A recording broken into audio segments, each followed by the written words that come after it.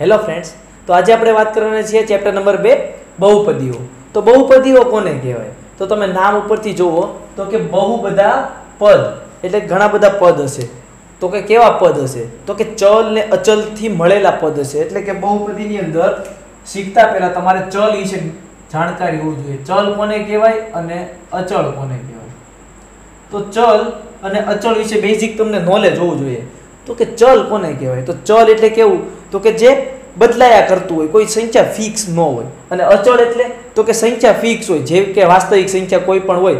4 તમે અહીંયા 4 લઈ લો, 4 કોઈ તે બદલાવાના નથી, 4 ના 4 જ રહેશે. કોઈ ત્રીજા વ્યક્તિને તમે આવીને પૂછો તો આ શું છે, તો એ પણ એ જ કહેશે કે 4 છે, એટલે કે એને અચળ કહેવાય. પણ અહીંયા હું x લખું અને હું એમ કહું x કોઈ વાસ્તવિક સંખ્યામાંથી હશે, તો તમને હું પૂછવા x શું લેશો તમે, તો તમે 2 કહેશો, કોઈક 3 કહેશે. એટલે કે કોઈ પણ અલગ અલગ હોઈ શકે, તો એને કહેવાય ચલ. જેમ કે ABCD ના કોઈ પણ અક્ષર હોય, y z વગેરે. અને અહીંયા તો કે 4 5 1 0 3/2 આ બધા અચળ પદ કહેવાય. એટલી વિસ્તૃત તમને ખબર પડી. ઓકે, તો બહુપદીની અંદર તમને ચલ અને અચળ વિશે ખબર હોવી જોઈએ. તો કે બહુપદી કોને કહેવાય? તો આપણે અત્યાર સુધી એક ચલ હોય બહુપદીની અંદર એવી બહુપદી વિશે જાણીએ છીએ.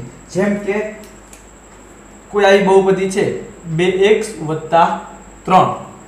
તો બહુપદીને અંગ્રેજીમાં પોલિનોમિયલ કહેવામાં આવે છે. તો આને પોલિનોમિયલનો p અને જે ચલ યુઝ કર્યો છે એ ચલ કાઉન્સમાં લખવાનો. તો આને p ઓફ x વાંચવામાં આવે છે. તો કે p ઓફ x = 2x + 3. આ જે છે એ બહુપદી કહેવાય. તો કે બહુપદી કોને કહેવાય? ઓળખવી કઈ રીતે? તો કે જો અહીંયા x છે ઈ શું છે? ચલ છે, એટલે કે ઈ બદલાયા કરતો હોય. 2 જે છે ઈ કેવું કહેવાય? અચળ પદ. 3 છે ઈ કેવું કહેવાય? અચળ પદ. કોઈ સંખ્યા ફિક્સ છે, 3 ના 3 જ રહે, 2 ના 2 જ રહે. x નક્કી નહીં, બદલાયા કરે. કોઈ કાઈ પણ હોઈ શકે, ખબર નથી. તો આ બહુપદી કહેવાય. તો બહુપદીની અંદર ચલની જે ઘાત હોય, ચલની જે ઘાત એ હંમેશા કેવી હોવી જોઈએ? પૂર્ણ સંખ્યા હોવી જોઈએ. તો કે પૂર્ણ સંખ્યા કોને કહેવાય? તો કે આપણે w વડે દર્શાવીએ છીએ. અને એ સંખ્યા શરૂ ક્યાંથી થાય? 0 1 2 3 એવી રીતના. બરાબર? તો કે આ x ની જે ઘાત હોય, ચલની ઘાત હંમેશા પૂર્ણ સંખ્યા એટલે કે 0 1 2 3 4 5 માંથી કાઈ એટલે 6 વગેરે માંથી કાઈ પણ હોઈ શકે. કોઈ દિવસ એની ઘાત 3/2 ન હોય. ચલની ઘાત 3/2 1/2 વર્ગમૂળમાં 2 વર્ગમૂળમાં 3 કે આવી કાઈ પણ ઘાત હોઈ શકે નહીં. હંમેશા આ ટાઈપની જ હોવી જોઈએ. જો તમારે બહુપદીને ઓળખવી હોય તો સૌપ્રથમ શું ચેક કરવાનું? તો કે x જે છે એની ઘાત આ સ્વરૂપમાં હોય તો એ બહુપદી કહેવાય. આવા કંઈક અલગ અલગ સ્વરૂપમાં હોય વગેરે તો બહુપદી કહેવાશે નહીં. તો ઓકે, આપણે થોડી બહુપદીઓ છે કે નહીં તેના એક્ઝામ્પલ જોઈએ. તો કે હું અહીંયા 2-3 બહુપદી લખું છું, તમે મનમાં અત્યારે જાતે વિચારજો કે બહુપદી છે કે નહીં. જો અહીંયા મેં x લખ્યું છે તો બહુપદીમાં એક જ ચલ હશે, x. ઓકે, 3x નો વર્ગ વર્ગ વત્તા 3x વત્તા 5 આ બહુપદી છે કે નહીં? તો કઈ રીતે ચકાસશો? તમે લોકો વિચારી લો. મેં અહીંયા 2 નિયમ લખ્યા છે, એ 2 નિયમનું પાલન થતું હોવું જોઈએ. તો કે ચલ જે છે ચલ, ઓકે, એક અહીંયા છે ને એક અહીંયા છે, એની ઘાત જોવો તો 2 છે, એટલે કે w માં આવે છે 2. હા, કારણ કે પૂર્ણ સંખ્યામાં 2 હોય છે. x ની અહીંયા ઘાત, અહીંયા કાંઈ લખ્યું ન હોય તો 1 સમજવાનું. તો કેટલી ઘાત છે? 1, જે પણ આમાં આવે છે. તો આ બહુપદી છે. ઓકે, હવે હું એક આ બહુપદી લખું છું. સોરી, બહુપદી કહું છું અગાઉથી, પણ આ રીતનું હોય 5/2 x વત્તા વર્ગમૂળમાં 3. તો જુઓ તો આ બહુપદી લાગે છે કે નહીં? લાગશે, બહુપદી છે. આપણે ખાલી એક જ વસ્તુ ચેક કરવાની, ચલની જ ઘાત જોવાની. ચલની ઘાત શું આપેલી છે? 1. તો કે 1 તો પૂર્ણ સંખ્યા છે, એટલે કે આ બહુપદી છે. પછી અહીંયા ભલે ને 5/2 હોય, 5/2 જે છે એ કેવી સંખ્યા છે? અચલ. અચળ સંખ્યા, કારણ કે એ ફિક્સ જ છે. વર્ગમૂળમાં 3 અચળ સંખ્યા, એ બધી વાસ્તવિક સંખ્યા છે. તો આ ઉપરથી તમે શું નક્કી કર્યું તો કે બહુપદી કઈ પ્રકારની હોય તો કે અચળ પદ ગુણ્યા ચલ પદ. પણ ચલનું જે પદ હોય એની ઘાત કેવી હોવી જોઈએ તો કે હંમેશા પૂર્ણ સંખ્યા. આ તો ખાલી એક પદ લખ્યું જેમ કે આ છે વત્તા આવી રીતના બધા પદ હશે પણ બધામાં હંમેશા કેવું હશે તો કે કોઈક અચળ પદ હશે પછી ચલ પદ હશે એની કોઈ પૂર્ણ સંખ્યાની ઘાત હશે.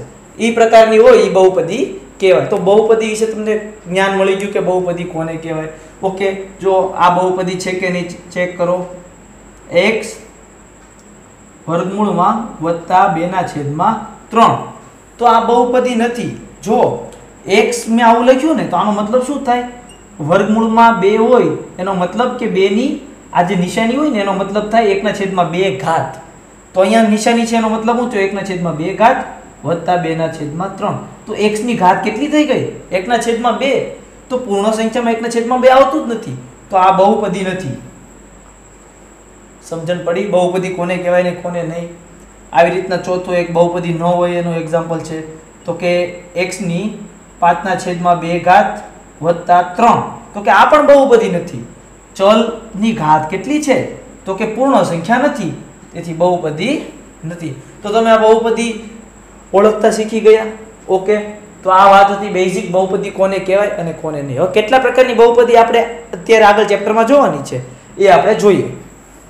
ઓકે, તો આપણે હવે બહુપદીઓ જોવા જઈ રહ્યા છીએ. એ પહેલા બહુપદીની ઘાત નક્કી કઈ રીતે કરવી તે ચેક કરવું જરૂરી છે. તો કે બહુપદીની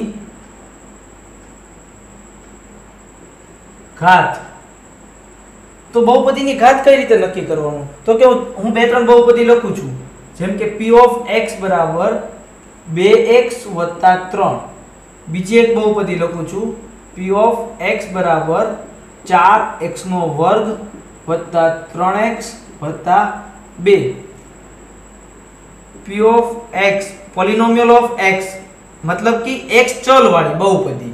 ઓકે, p એટલે પોલિનોમિયલ, ગુજરાતીમાં બહુપદી કહીએ છીએ. 5x ની 5 ઘાત વત્તા 3. લાસ્ટ એક એક્ઝામ્પલ લઈ લો કે p of x બરાબર 2x નો વર્ગ વત્તા 3x. તો કે આ બહુપદીઓ છે. જો x ની બધાની ઘાત કેવી છે? પૂર્ણ સંખ્યા. 0 1 2 3 4 5 6 એવામાંથી કઈ છે? ચલની ઘાત. જો x ચલ છે ને અહીંયા જે હોય ચલ હોય. બધાની ઘાત અહીંયા કાઈ ન હોય તો એક ઘાત હોય, અહીંયા પણ એક ઘાત હોય. ઓકે, તો આ છે બહુપદીઓ. તો હવે આ બહુપદીની ઘાત કેટલી તો કે ઈ નક્કી કરવા માટે ચલની મહત્તમ ઘાત હોય એ બહુપદીની ઘાત કહેવાય. યાદ રાખજો આ વ્યાખ્યા. તો કે શું છે તો કે ચલની મહત્તમ ઘાત હોય તેને બહુપદીની ઘાત કહે છે. તો કે જો તો આ પહેલી બહુપદી છે એમાં ચલની મહત્તમ ઘાત કેટલી છે તો કે અહીંયા ચલ એક જ છે જેની ઘાત કેટલી છે તો આ p of x ની ઘાત કેટલી થઈ ગઈ? 1. તો આ બહુપદીની ઘાત કેટલી થઈ? 1. આ બહુપદીમાં જોવો તો કેટલી બધી ઘાત છે તો કે x ની 2 ઘાત છે અને x ને અહીંયા કાઈ ન હોય તો 1 ઘાત હોય. તો 2 ઘાત અને 1 ઘાતમાંથી મોટું કોણ તો કે 2. તો આ બહુપદીની મહત્તમ ઘાત કઈ છે?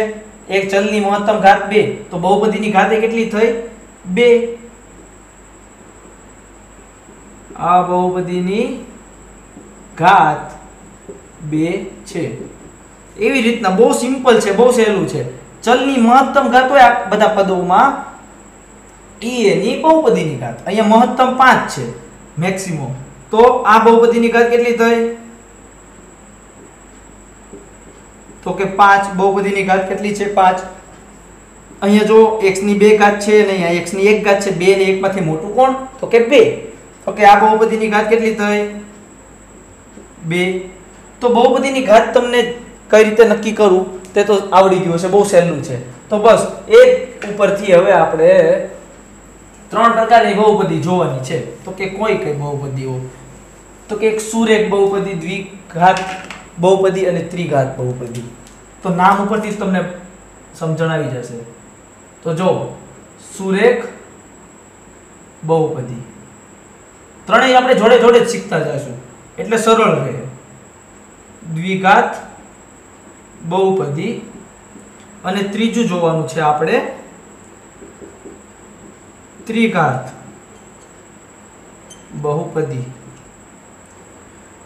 તો કે સુરેખ બહુપદી તો કે જે બહુપદી આપેલી હોય જેમ કે p of x બરાબર જે કાંઈ આપેલું હોય એમાં ચલની મહત્તમ ઘાત 1 હોય. સાંભળજો ધ્યાનથી, મહત્તમ ઘાત 1 હોય તેને સુરેખ બહુપદી કહેવાય. દ્વિઘાત બહુપદી તો કે જે બહુપદીમાં દ્વિઘાત, જો દ્વિઘાતનો મતલબ શું થાય? બે ઘાત વાળી. x ચલ જે છે ચલ એની મહત્તમ ઘાત 2 હોય તો એ બહુપદીને શું કહેવાય? દ્વિઘાત બહુપદી. અને જે આમાં ત્રિઘાત લખેલું છે એ ત્રિઘાત લખેલું છે તો કે ત્રિઘાત એટલે તો કે 3 ઘાત હોય મહત્તમ x ની. બધા પદોમાં વધુ 3 ઘાત હોય એવું પદ હોય તો એને ત્રિઘાત બહુપદી કહેવાય. તો આપણે ઉદાહરણ જોઈએ થોડાક. તો કે દ્વિઘાત બહુપદી કોને કહેવાય? સોરી, પહેલા આપણે સુરેખ જોઈએ ને. તો સુરેખ બહુપદી કોને કહેવાય? તો સુરેખ બહુપદી જેમ કે 2x + 3. તો જુઓ તો આમાં x ની કેટલી ઘાત છે? 1. રાઈટ, x ની કેટલી ઘાત છે? 1. તો આ બહુપદી સુરેખ બહુપદી છે. સુરેખ બહુપદીમાં આપણે શું નક્કી કર્યું હતું? તો કે મહત્તમ બહુપદીની ઘાત 1 હોય તેને સુરેખ બહુપદી કહે છે. તો કે અહીંયા x ની એક જ ઘાત છે. એવી રીતના બીજું ઉદાહરણ લઈએ તો 3x. તો જો તો મેં અહીંયા ભલે ને અચળ પદ કાંઈ ન હોય તો 0 હોય ને, આ પણ વાસ્તવિક સંખ્યા જ છે, કોઈ અચળ પદ જ કહેવાય 0. એટલે હું ખાલી 3x લખું તો અહીંયા x ની તો એક જ ઘાત છે તો આ પણ સુરેખ બહુપદી થઈ. ઓકે, આવા 2-3 ઉદાહરણ આપણે હજી લઈએ. વર્ગમૂળમાં 5x + 5/2. તો કે x ની તો ઘાત કેટલી છે? 1. બીજી કાંઈ x ની ઘાત આમાં છે નહીં તો આ પણ કેવી થઈ? સુરેખ બહુપદી. તો આ બધી સુરેખ બહુપદીઓ થઈ. હવે દ્વિઘાત બહુપદીઓ જો તો કે 2x² + 1. તો આ પણ કેવી થઈ? તો કે દ્વિઘાત. કેમ? કારણ કે ચલ જે છે x એની ઘાત કેટલી છે? 2. તો આ બહુપદીમાં મહત્તમ ઘાત હોય જેની એને બહુપદીની ઘાત કહીએ. તો x ની 2 ઘાત છે તો એ દ્વિઘાત બહુપદી થઈ. હવે આવું આપેલું હોય 3x + x² + 1. તો જુઓ તો આ બહુપદીની ઘાત કેટલી થઈ? તો કે x ની ઘાત મહત્તમ હોય એ બહુપદીની ઘાત હોય. x ની 2 ઘાત છે તો મહત્તમ ઘાત 2 છે તો આ બહુપદીની ઘાત 2 થઈ. તો 2 ઘાત વાળી બહુપદી હોય એને શું કહે છે? દ્વિઘાત બહુપદી. તો આ દ્વિઘાત બહુપદી કહેવાય. હવે ખાલી આવું આપી દીધું હોય તો x². ત્રીજું ઉદાહરણ લો, અહીં હું નંબર જ આપી દઉં, પહેલું બીજું. ખાલી x² હોય તો કે આ પણ દ્વિઘાત બહુપદી કહેવાય. કારણ કે અહીંયા એક બીજા બે પદ નથી, x વાળું અને 0 વાળું. એનો મતલબ એવું નહીં કે બહુપદીની ઘાત નથી. અહીંયા બહુપદીની 2 ઘાત છે એટલે આ દ્વિઘાત બહુપદી કહેવાય. એવી રીતના ત્રિઘાત બહુપદી જુઓ તો કે 3x નો ઘન વત્તા 2x નો વર્ગ વત્તા x વત્તા 1. તો કે આ બહુપદીમાં મહત્તમ ઘાત કેટલી છે? x ની 3 ઘાત. તો ત્રિઘાત બહુપદી કહેવાય. સમજાણો? એવી જ રીતના ખાલી x નો ઘન આપ્યો હોય તો પણ આને કેવી કહેવાય? ત્રિઘાત બહુપદી. પછી આવું આપ્યું હોય x નો ઘન વત્તા 5x તો પણ x ની ઘાત 3 જ છે વધુ. તો આ ત્રિઘાત બહુપદી કહેવાય. તો તમને સુરેખ બહુપદી, દ્વિઘાત બહુપદી અને ત્રિઘાત બહુપદી વિશે ખ્યાલ તો આવી જ ગયો હશે કે કોને સુરેખ કહેવાય, કોને દ્વિઘાત કહેવાય અને કોને ત્રિઘાત કહેવાય. તોય પણ તમને કોઈ ડાઉટ હોય તો કોમેન્ટ કરીને મને પૂછી શકો છો. ઓકે, તો હવે આપણે ઉદાહરણ જે એક જોવાનું છે એની અંદર શું કોન્સેપ્ટ છે હું તમને કહી દઉં અહીંયા આગળ. તો કે જો બહુપદીના શૂન્યો. તો બહુપદીના શૂન્યો છે એ કઈ રીતે નક્કી કરવા? તો કે બહુપદીના શૂન્યો કોને કહેવાય?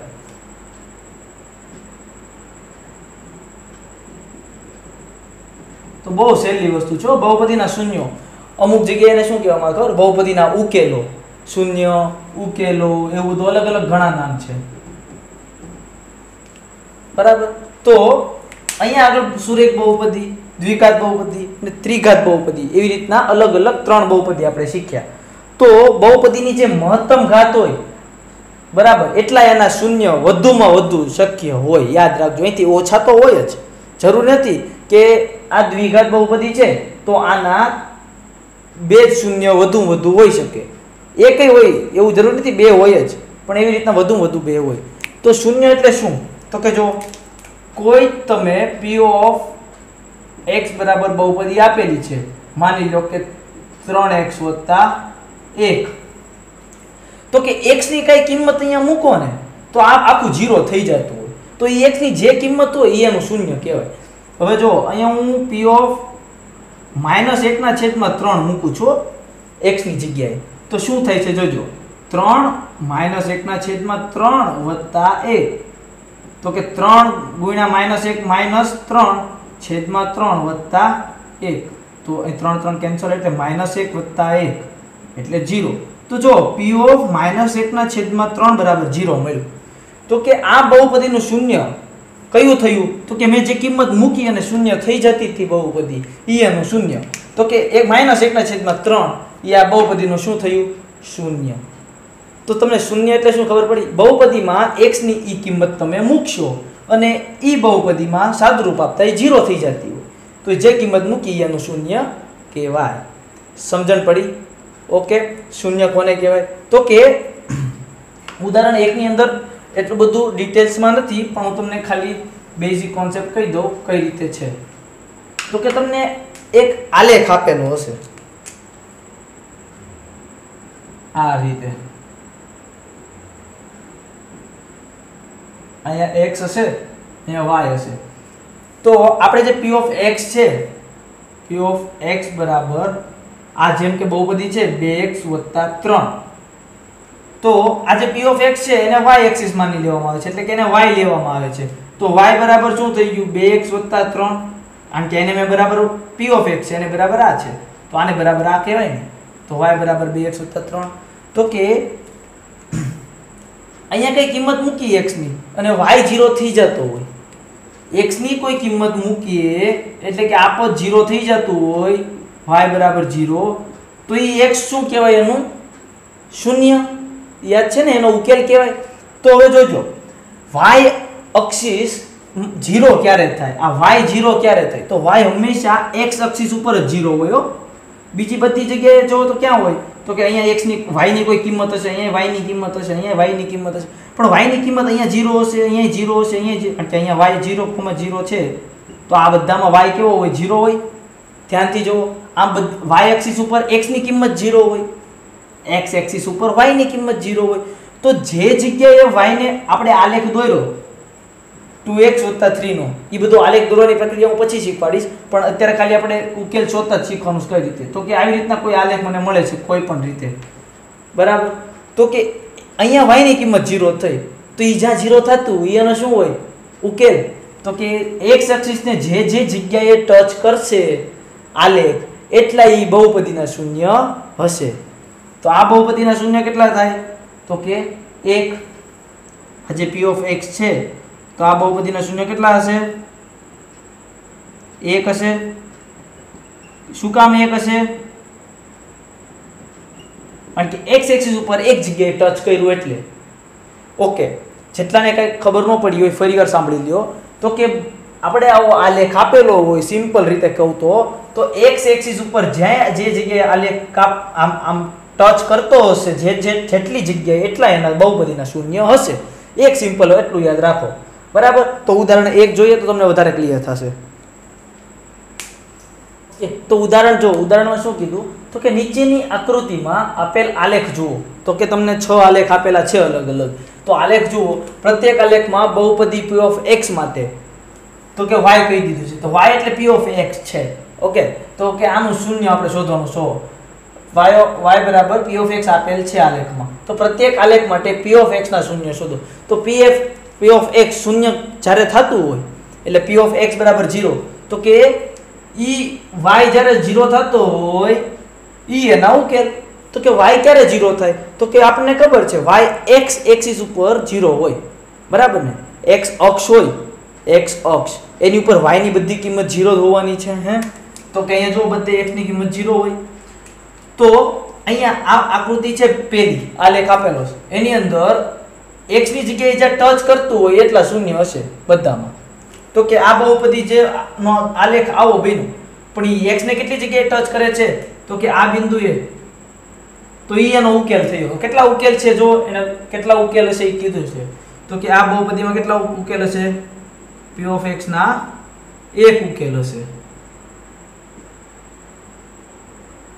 શું કામ તો કે x અક્ષને એક જગ્યાએ ટચ કરે છે અહીંયા x અક્ષને કેટલી જગ્યાએ ટચ કરે છે આલેખ તો કે બે જગ્યાએ તો કે p of x ના બે શૂન્ય હશે ઉકેલ કયો અથવા શૂન્ય કયો બધું એક જ હો અહીંયા તો કે 1 2 3 તો જે આ p of x છે એના કેટલા ઉકેલ હશે 3 શૂન્ય હશે હું ઉકેલ બોલું એટલે શૂન્ય જ સમજજો બંને એક જ થાય ઉકેલ અને શૂન્ય તો કે અહીંયા તો કે x અક્ષને એક જગ્યાએ ટચ કરે છે જો y એક્સિસ ને અહીંયા ભલે ટચ કરે પણ y અક્ષને ટચ કરે એ નથી જોવાનું આપણે ખાલી x અક્ષનું ચેક કરવાનું તો કે x અક્ષને એક જગ્યાએ તો કે બહુપદીના શૂન્ય કેટલા હશે